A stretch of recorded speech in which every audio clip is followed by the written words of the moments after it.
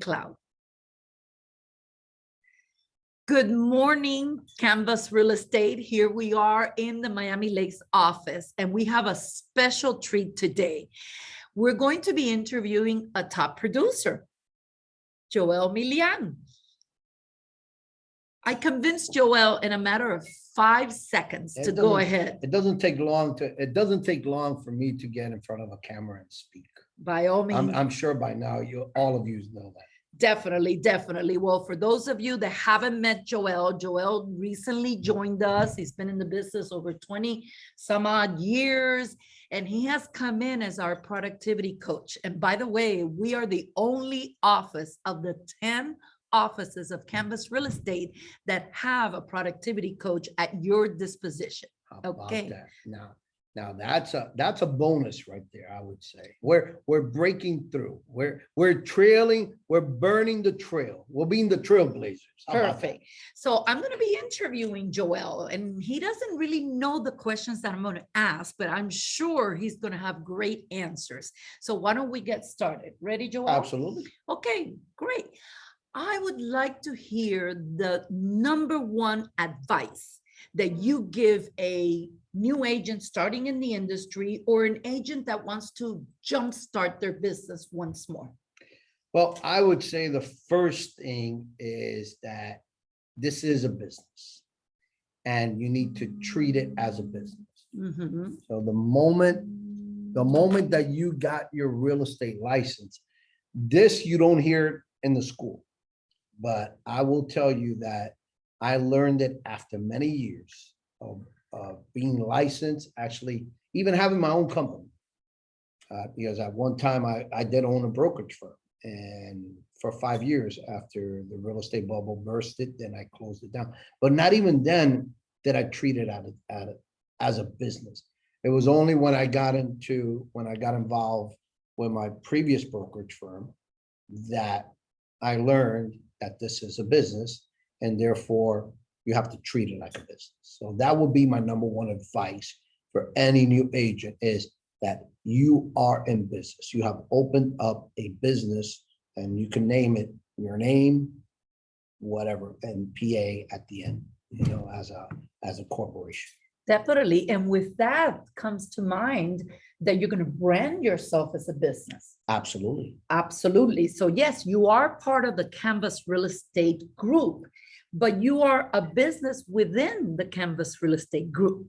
You are a group, you are a team, you are solo, but definitely the branding is important. Absolutely. And that's really one of the most important things is, how are you going to brand yourself and as a business? So now you are in business, and how are you going to brand yourself as that business? Definitely. And that takes, coming up with a logo, branding yourself, having your own domain name. It was only after the fact, after I got into the business a couple years into it, that I came across a coach from RE/MAX, one of the number one RE/MAX agents in North America, Craig Proctor, I believe it is. And I got in his training for about a year, and he registered me a domain name, in which I still carry. And so I've been, I've had my office, and I've moved through different brokerages, but my domain name has followed me. What is your domain name? My domain name is www.joelmilian.com. And that comes with an email, which is joel@joelmilian.com. So it's an expense. It's a minor expense, but it looks very professional. And as a matter of fact, when you're out and about and people ask you, well, what's your email address? You give it joel@joelmilian.com. They kind of look at you and they say, wow, you have your own domain name. Wow, you have your own website. Wow, and that opens conversations. Of course. But then again, you have a unique last name. So you were able to use your first and last name. For example, with me, Marlene Gonzalez, you know how many Marlene Gonzalez's are out there, Joel? Well, there's only one Marlene Gonzalez. Thank you. Thank you so much. But you could brand yourself with your first, your last name. You could brand yourself with your specialty, what you want to know yourself as, okay? And very important that a lot of people don't know necessarily. As realtors, we're able to brand ourselves, but we cannot have in our domain name the word realtor, Okay. real estate, or realty. And why is that? Well, the word realtor is owned and trademarked by the National Association of Realtors. And if you have a domain name with any of those three variations, realtor, realty, or real estate, realtor because NAR restricts you. You could put it as your signature. But real estate and realty gives the impression to the consumer that you have your own company when in fact you don't. You are part of a company such as Canvas Real Estate. So I love the fact that you started to brand you. So, and plus you could have different domains redirecting to your absolutely. website, right? Absolutely. So right now I have a couple domain names. It says buy and sell Hialeah.com, buy sell MiamiLakes.com. So I have Wow. like 3 or 4 domain names that, they're dormant now, but at any given time, I'm able to activate them and they point to my website and from my website, then, they could contact me, from there. Definitely. So number one advice, treat it as a business, brand yourself, and your domain is very important, and you can have multiple domains redirecting that you can activate at any point in time. Great. Absolutely. Now, one more tip. I have it registered with GoDaddy. I haven't looked for prices, but they're an organization that you could trust their business. They are open 24/7, 365 days a year. And so you get on the phone with them and, there's someone there to meet your needs, which is very important. Who you're going to do business with, especially, trust that organization. So most definitely. That's like, and you find them on Google, and that's what most people do. They Google you at the beginning. So you've got to have a positive professional image in Google when people find you. Okay. You don't want to be like our broker says, a 007 agent. oh yeah. Okay. And that's and that's a big problem in our industry. We have a lot of secret agents. Yes, you don't want to be a secret agent. On the contrary. Okay, the next question I have for you, Joel, tell me about your first sale. How did that come about? Do you remember? Wow. So my first sale. So again, I got licensed. I worked with a brokerage firm in Doral. And then I moved over to Miami Lakes and from there to a Remax here in Miami Lakes as well. I did a couple of rentals with the outfit in Doral. And then I had a sale in one of the previous brokerage firms. It was a new sale. But I would say my first listing was, and I kind of shared with you a couple of weeks ago, it was a $55,000 listing. It was over in the Norland area in 199th Street.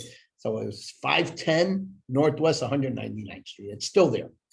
And it was $55,000. And it was a man who was actually blind, legally blind. And he purchased a property here in Miami Lakes at Celebration Point, which I believe the last time I checked a couple of years ago, he was still living there. But after he purchased the property, he put the property that he was living at with him and his mom, and we put it on the market. And that was memorable. And it was memorable because, again, starting in this business, just all excited. I got my children involved in it. And before we closed, we went out and we cleared the house out. We vacated the house because it was all full of stuff. We went in the backyard, and I'm talking about my children. They were under 10 years old. And so that's why it was memorable. You brought the family into the transaction. Yes. And maybe I scared them away because I haven't been able to convince them, to get back into real estate despite all this. But there's other stories to fill in the blanks. Definitely. You know what that shows? That as a realtor, it's not just showing properties and writing a contract. We do so much more for our customers, okay? To the day of closing and beyond the day of closing. And that's how you create customers for life. Absolutely. Definitely. Okay, now I'd like to ask you, what is a typical day as a top producer? What should someone be doing? If you could, in a Well, few I would, words. so I would say everything starts the night before, Marlene. It's you having the routines, you having routines in place Mhm. from the night before. And again, the night before, getting a good night of sleep, uh, waking up at a set time, at possible at the same time all the time. It doesn't happen for me. My sleep patterns they vary. For A, B, or C reason, I just have trouble sometimes sleeping at night, and when that alarm hits, that's when I really get sleepy. But needless to say, I have to, I just have to get out of bed. For myself, it's doing exercise. So first, I clear my mind in my dark room. I do have a treadmill in my master bedroom, and there between 6 and 7 o'clock in the morning, you will find me 4 or 5 days out of the week for about almost an hour, half an hour. Like today, I did 35 minutes, 40 minutes. And that's one routine. Then the other is getting some energy, some spiritual energy. So I do have a devotional, Bible reading devotional, time of prayer. Actually, I use that time on the treadmill to do my prayer. And again, just my connection with God. And then when I get off the treadmill, then I do some reading of, devotional reading. Then from there, having breakfast, a good breakfast, healthy breakfast. Stay away from the sugars, by the way, early in the morning, because there comes a time that you'll have a sugar crash. So just have a balanced breakfast. And then basically, the way I have my schedule out is my morning is my morning. I block it out, and very seldom does anyone interrupt it. Okay. I control whether I choose to, get into the business, work the business, prospect, or whatever it is. It's my time, but I block out the morning. And I recommend for each and every one of you, as you start this business, that you need to have block times, you need to have routines, you need to have consistency, you need to have habits. So I block out the mornings, and as you know, Marlene, I block out 2 or 3 hours in the morning to prospect. And now that time is sacred to a certain extent, it's sacred. Now, again, whether I'm making the calls or not, it's my time. It's blocked out. Very seldom will you see me making appointments in the morning. There are exceptions to the rule. I'm not going to say there's no exceptions, Right. but very seldom. And then I usually go to 12, 12:30. Then after that, I have it on my schedule, review my voicemail, review my emails between 12, 12:30 and 1. And then from there, I have a lunch. I do take a break, have a lunch, half an hour to an hour. And then my afternoon, then I work what's called on the business, anything that I need to do on the business. So that's basically what my schedule looks like. For those that will be part of the productivity coaching program, I will be sharing that schedule, that recommendation. And it doesn't matter how many hours you work in this business, Marlene, whether you're working 20 hours, 30 hours, or full-time agent, you need to have a schedule, because you need to know where you're going to put your appointments and what it is that you're going to do at any given time of the day. And it's important.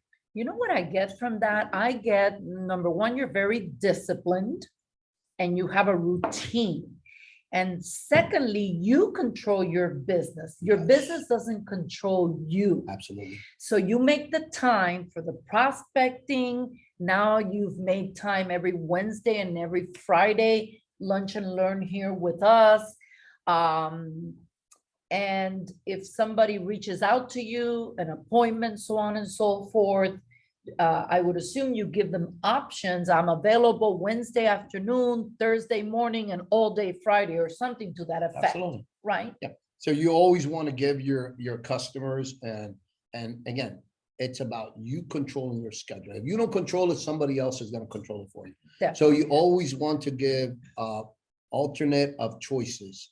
So when you're speaking with a client, you tell them, okay, I'm available on Wednesday at 12, from 12 to 2, 12 to 3, or Thursday after 4 o'clock. You give them the option, or you ask them, again, what's the best time to meet? Again, for myself, I will tell my customers, what's the best time for you to meet with me? Anytime after 12 o'clock, for the most part.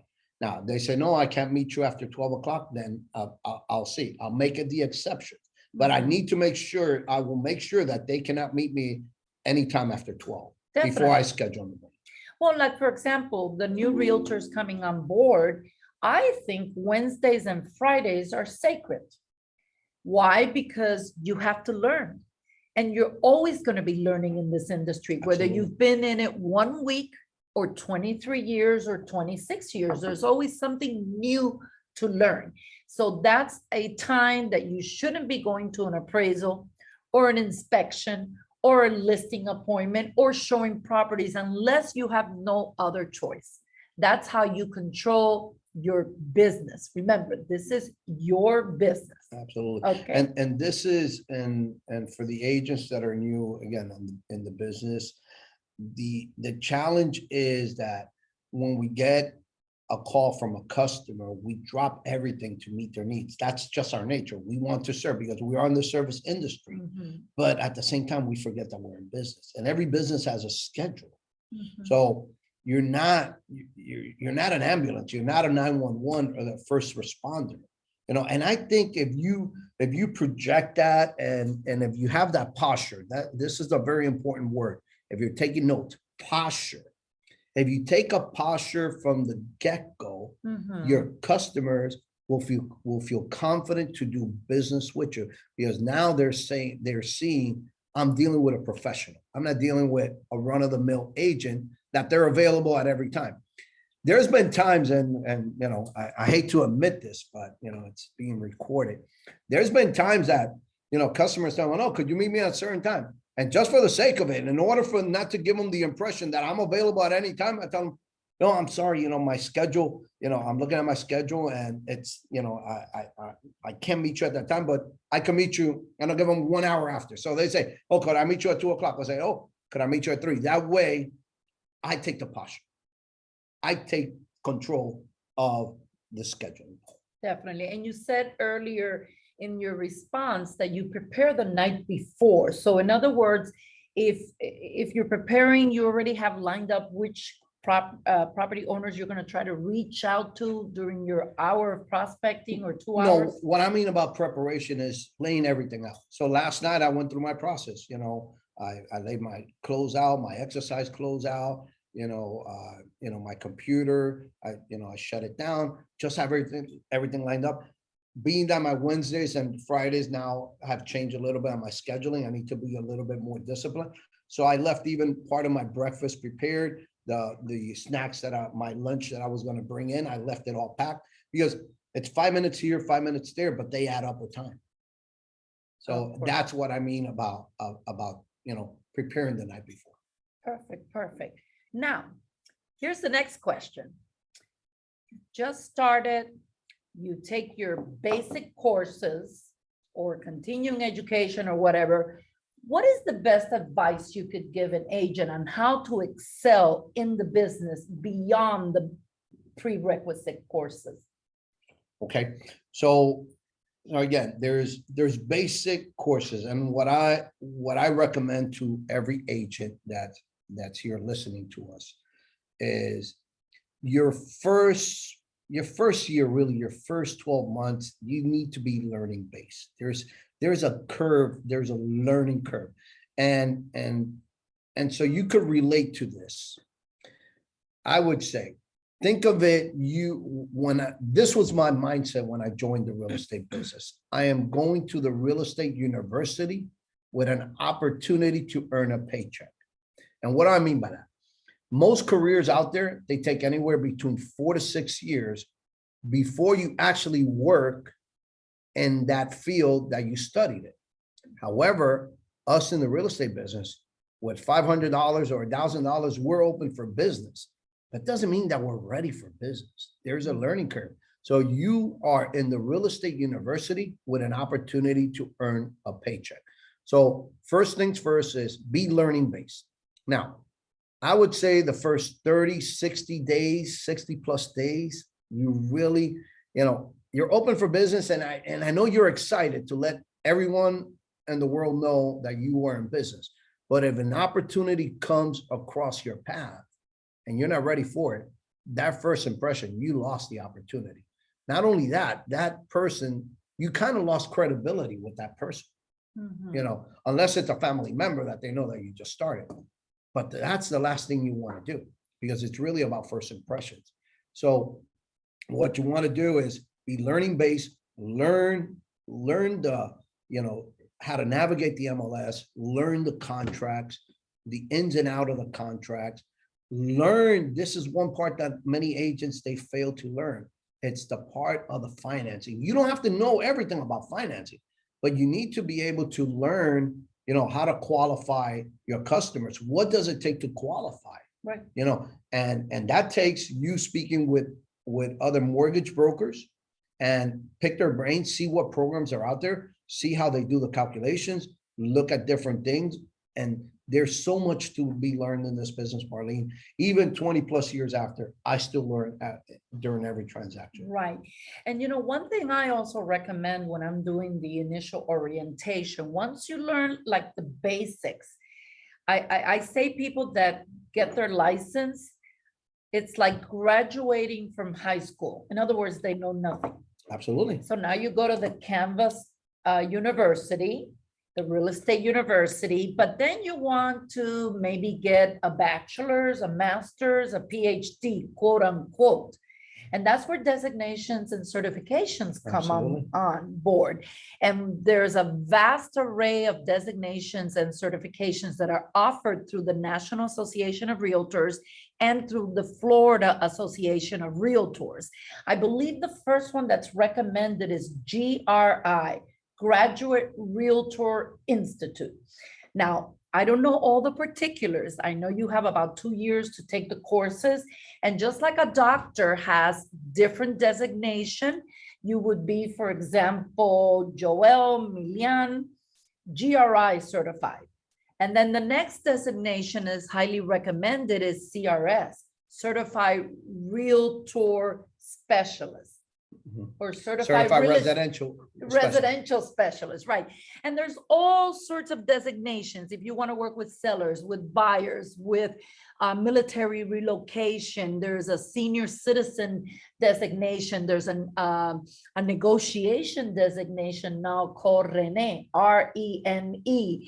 I'm telling you, there are so many different types of designations. There's an international designation. There's a commercial designation, luxury homes. I mean, it is endless of all the different types of designations and certifications that are out there to take our business above and beyond, aside from everything that we offer here at Canvas Real Estate. Absolutely. There's also a designation, which I think this is a great designation, is ABR, Accredited Buyer's Representative. That one, I think that every agent, you know, could get that one. All the other ones, CSR and a GRI, I believe they're production based. In other words, you have to prove yourself that with X amount of transactions and volume in order for you to get it. But I believe the Accredited Buyer Representation, ABR, is one that it's not based on production. It's something based on training. And there's one for sellers as well. Seller representative specialist or something like that. I'm not aware of that one. Here's one that the NAR offers, ePro. Yes. ePro is one that you could get at any given time. That one's a great designation because, you know, it gives you the ability to go through all the technology that NAR offers and that the local boards offer. So it's just a great designation. And again, be learning based. Of course. And by the way, all these designations give you continuing education credits, which we need for our 14-year, listen to me, 14-hour continuing education courses we need every 2 years. And if you were to do the GRI, do you know that the first course of GRI goes towards your 45 hours post licensing at the same time? That's great. So that you double end that, basically you double end that training, because now you got a designation, and you get the 45 hours. And not all these designations, by the way, used to be in person. Now you could do them online as well. And you have extended periods of time that you can do it. You don't have to do it in one day or 1 week or 1 month. Okay, Absolutely. you control, again, you're controlling your business. And now that you talked about the buyer designation and I honed in on possibly the seller designation, the next question comes up. Sellers or buyers? Who should you be working with? God, hands down, listings. You want to be the employer, not the employee. So listen to that. You want to be the employer, not the employee. The listing agent is the employer. He gives the employment to the buyer's agent. So if you take a listing, now you could be on the beach Friday, Saturday, and Sunday. You could take the week off and you don't really have to be there because you don't have to show the property per se, because, you know, you just list it. You tell your customer, hey, provided that there's a real estate agent coming through the door, I don't need to be here. You know, there just needs to be one representative, one real estate professional at the property. So you want to be the employer as a listing agent. So you really want to be, you want to be focused. If you're going to take any trainings besides the basic ones, take everything and anything related to listing.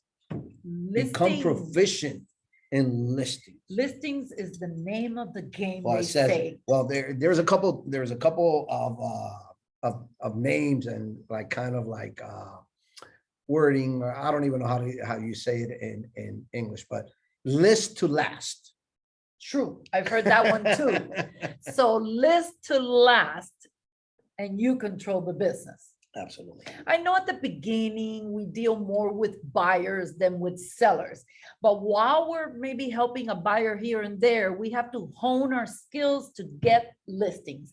Once you put it in the MLS and all the marketing autopilot starts that we offer here at Canvas Real Estate through our proprietary technology platform, you're going to have minimum 70,000 realtors in South Florida selling for you.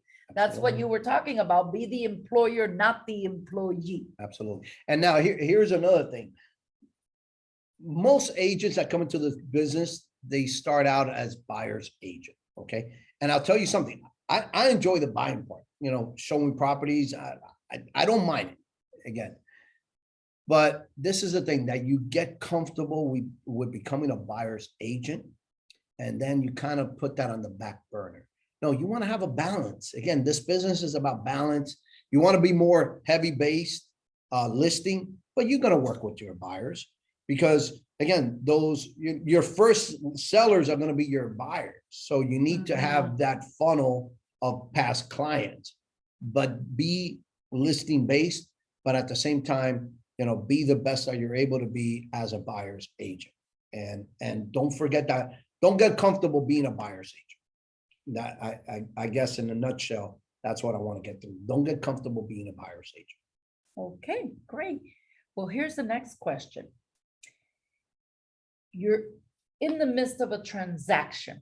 In other words, you have a fully executed contract. What is your role in the transaction as a realtor, as an agent representing or either the seller or the buyer? You choose. Okay, so this is when you're speaking with a client, you have different roles in a transaction. So the first role that you have is that you're a consultant. Okay, so let's say if I'm having a buyer's presentation, buyer consultation, better said, or a listing agent, I am the consultant at that particular moment. Then after that consultation that we get into business, then I become the what you would say the negotiator in the transaction. When the opportunity comes, I am the negotiator. And then after everything is negotiated, then I become kind of like the coordinator. And I know that there's transaction coordinators, but at the same time, I don't mind me being considered as a coordinator because there's so many things to coordinate, in all honesty. And use this, and as you're speaking with customers, and especially with sellers, you tell the sellers, again, for sale by owners, are able to sell it on their own. I'm not gonna say that they're not, okay? But the fact of the matter is, you tell the sellers across you, tell them, within any given real estate transaction, there's going to be over 100 touch points between now and the day of closing. What do I mean by touch points? There's gonna be conversations, emails, you know, being in person at certain times within the transaction, all that, there's over 100 touches. You speaking with the other agent, with the appraisers, with the mortgage brokers, with the title company, with the inspection company, the survey company. You know, there's so many touch points. There's over 100 touch points. You know, one of these days I'm gonna just for the fun of it, and you know, I'm going to track how many touch points on a particular transaction. And I'll get back with you on that when I do that with that result. Think of it, that's an opportunity because yes, you're servicing the seller, the buyer, but by having touch points with all these other vendors, those vendors can give you leads as well. Absolutely. Because they see how organized you are, how professional you are. And if they have a client, they're going to say, I want to deal with Joel. I want my client to get the same level of service that Joel is providing to their client right now. Absolutely. And not only that is when you position yourself as a professional, when you reach out to another professional, they you know, they're open to your conversation. So, you know, I don't know how many vendors I've worked with in my 20 plus years, but I could pick out a vendor that I worked with 10 plus years ago, and I know I'll get their attention because they, you know, I've been consistent with my business for the most part. And, you know, and when I speak, you know, they listen, you know, because again, the professionalism that I portray and bring forth to every transaction. Definitely. And it's interesting you say that. And those vendor relationships are really important. Right now, we're handling a transaction that I've been doing business with this vendor 19 years. Wow. So the moment I call, no matter where this person is, they pick up the phone. Absolutely. And they're right there helping us every step of the way. And that's important. Definitely, definitely. Okay. Now, the most important day of a transaction. Ooh, okay, I know where Is you're going the with day that. of closing. I Ching, know where you're ching. going with that. Okay, so what is your role? What are the expectations the day of closing? Okay, so the day of closing could be a little bit nerve-wracking for everyone because again, now getting to that coordination. Okay, again, you can have a transaction coordinator, but at some point you're going to have to put yourself in the mix in order to make sure that everything goes through. Okay, so for me, it really nowadays it's a lot easier than it was when we first started because now we have the TRID, which is 3 days notice. So if you're representing a buyer, there's a federal law now that requires for the mortgage for the lender to provide the fees to that buyer 3 days in advance for a closing. So let's say you have a closing on Friday. Today or yesterday, they should have received the fees of that lender, which takes out a lot of the emotion in the process of the closing. So really, when you get to the day of closing, now it's a breeze, you know, because now that part is over, but there's still a coordinating part that takes place. So if I'm representing the buyer, what I do is I make sure that the lender has the clear to close. So even before the closing, okay. So these are two things you're looking for. You want to get the clear to close from the lender and the clear to close from the closing agent, both of them. Okay. So I had an experience last year, and again, 20 plus years in this business, but things fall through the cracks. So I list my neighbor's home, and we were supposed to close the week before. And here we are the day of closing. And the buyer that was acquiring the property, the closing agent gave me a clear to close again. And actually we had a clear to close, but being that it got extended, the closing agent was counting that we were ready to close. However, the lender pulled credit or not pulled credit. They requested an updated pay stub. And something was off. Because the buyer worked for the Dade County Public School Board. And it was in September, which was at the beginning of the school year. And I kid you not, when I got that notice, my customer, we had the closing the next day, they were loading up their moving truck. And this was about 5 o'clock. I had to walk to their house and I told them, stop everything. They were loading their moving truck. They had sold everything, Marlene. These were my neighbors. Now, where did I fail was I didn't get that clear to close from that lender again. Again, the closing agent was saying, we're ready to close. And yet they did not know that there was this issue. There was a communication issue. Bottom line was that my customer, he put a claim on the escrow and they got it. They got a claim on that escrow deposit. But I say this because there's so many things that could take place. But again, your role as a buyer's agent is get a clear to close from the lender, get a clear to close from the closing agent. And then once you do that, then you schedule the walkthrough 1 to 2 hours before the closing time. So if my closing is on Friday at 3 o'clock, I will do a walkthrough either at 1 or 2 o'clock before the closing, not before, in order to avoid any issues with anything going wrong with the property, personal items being left behind, or worse, a squatter being inside the property. So or something missing. Or something missing, which has happened. I'm trying to think. Someone told me. Well, actually, one of my good friends, colleagues, they sold the property last month, and I had lunch with them. And when his buyer purchased, and when the seller moved out, they took the washer and the dryer, or the dryer, one or the other, and he had to get it back for that buyer. Otherwise, he would have been responsible. So yeah, so things do happen. Definitely. So it's important in the contract to make sure we know washer and dryer, especially because it's not part of the description That's correct. of items that should be part of the home.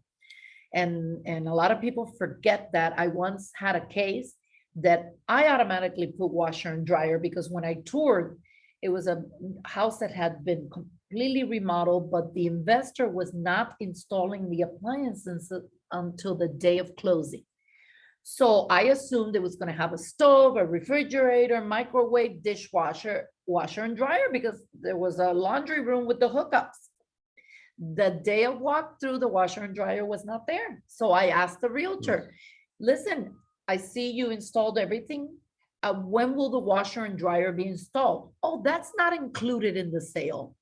I said, really? It's in the contract and you signed it. Guess what? They had to come up with a washer and dryer, but it was in the middle of the pandemic. So in lieu of going to BrandSmart, which was chaotic, no deliveries, we had to get a credit for a washer and dryer. So it was the mistake of the listing agent not double checking that I put washer and dryer. She should have scratched it out. Absolutely. That it was not inclusive. I just assumed they were going to put a washer and dryer. So my customer got a washer and dryer anyway. And you say the walkthrough. So does that mean you attend your closings for the most part? Absolutely. That's you want to be there in that moment of celebration with your buyers. And if any issues come up. Absolutely. Definitely, because you have no idea, right? How many issues can come up at the last moment at the closing table. Absolutely. And I cannot tell you how many times I've been at a closing table that things have gone wrong, or something is out, something that was agreed to is not there, and it's not happening. And let's talk about that part of after the fact. After you get to the closing table, then there's another step, which is the funding.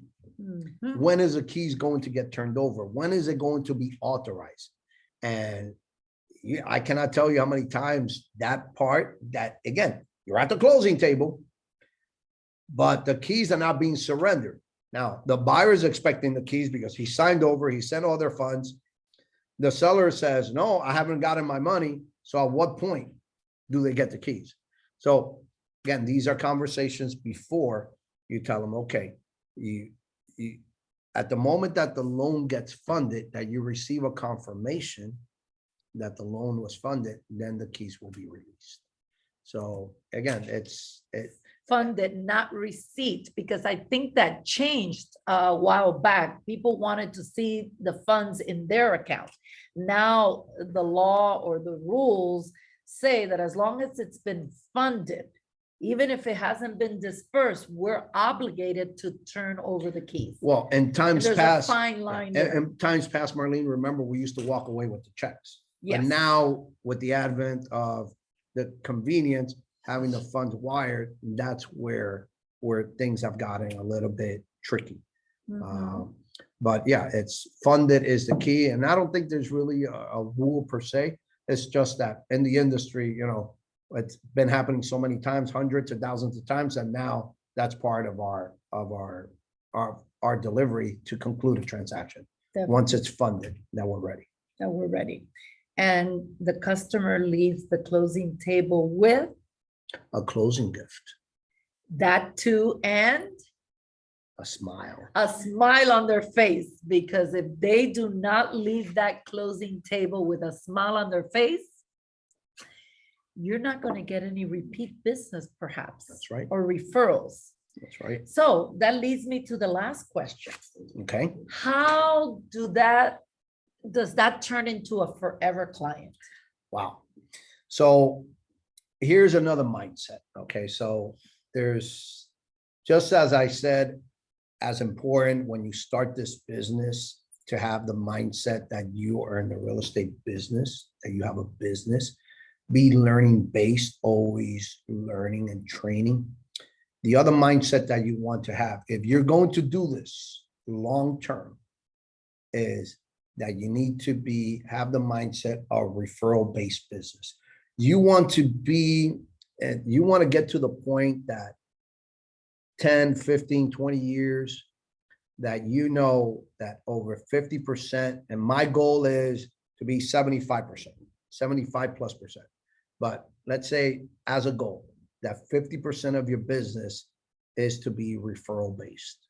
Okay.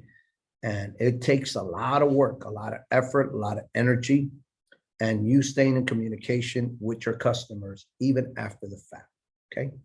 So for myself, I pride myself in that I have hundreds of customers that I've serviced in the past, and I stay in contact with 100+ customers on a regular basis through email, text, phone calls, and an item of value, mailing them something to stay in top of mind.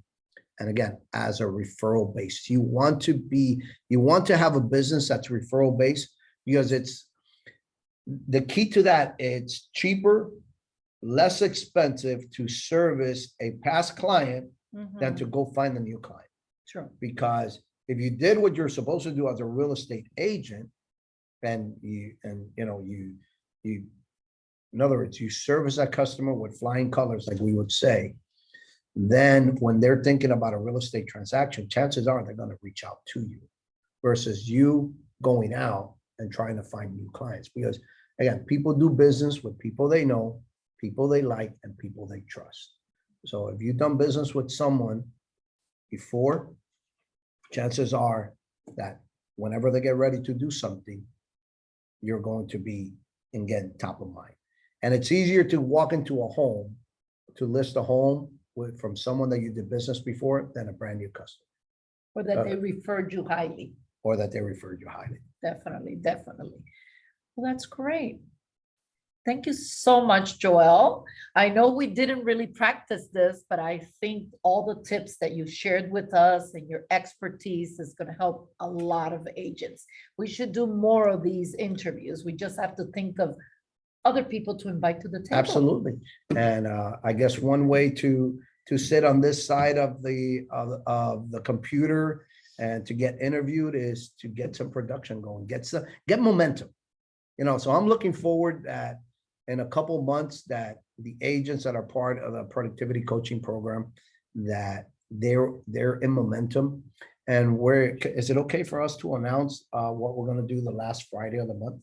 Yes, why don't you go ahead and do that? All That's right. great. So one of, Surprise. so one of the things we're going to launch, and I don't know how it's going to work out this first month, but we're gonna launch it next month, this month. But the Mhm. last Friday of the month, we're going to designate it as Tell Me Something Good. Now, we're gonna have the trainings from 12 to 2, 12 to 1:30. It's on the schedule. Yeah, But around 3 o'clock, we're going to designate a time of Tell Me Something Good. That means that you're gonna come and you're gonna share what's going on in your business, what has happened. I came across 3 buyers. I went on a listing appointment. I closed a rental, whatever it is, any success stories that you have, anything. That way, we just fuel the energy and motivate each other. And I'm looking forward that when we start doing that on a regular basis, that then we'll have recognition of the agents, of top producing agents, top listing agent, top selling agent. And at the same time, we'll announce the new agents, and and the new agents, we're gonna force them. We're gonna, better said, we're gonna bribe them to get here. to get here. To get here. That way they meet the rest of the Canvas Real Estate. Definitely, team. and we'll probably do a raffle. Yeah, I mean, we'll- we'll make it we'll- fun. Yeah, it's okay? gonna be a fun day. So put that on your calendar moving forward. The last Friday of every month, we're going to be doing that. Definitely, definitely. Tell me something good. Tell me Friday. something good. Awesome. Thank you so much, You're Joel. welcome. And I look forward to more interviews in the future. And it just dawned on me that I think we're going to invite one of our new realtors so they can share their experience, what it was to do their first How transaction. about that? I think that would be great. That'd be fantastic. Great, maybe you interview them instead of me. Absolutely. Okay, thank you so much to everybody that tuned in. This is our Always Learning series. Today we interview Joel Milian, our productivity coach with Canvas Real Estate Miami Lakes. See you Take care. soon. Ciao, ciao.